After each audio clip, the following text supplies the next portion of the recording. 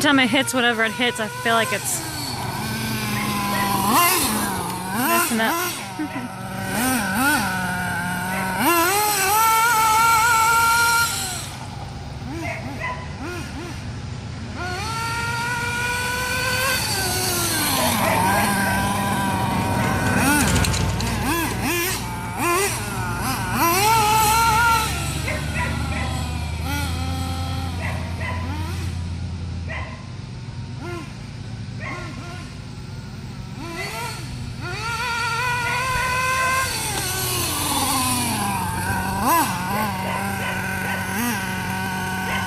Obviously, it's made to go on dirt, but this is my 1/8 scale sprint car.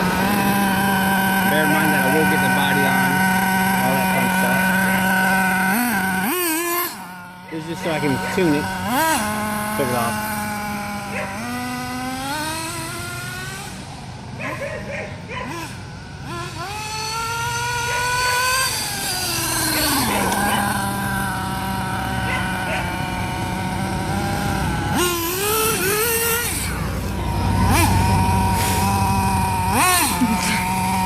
To run it over. If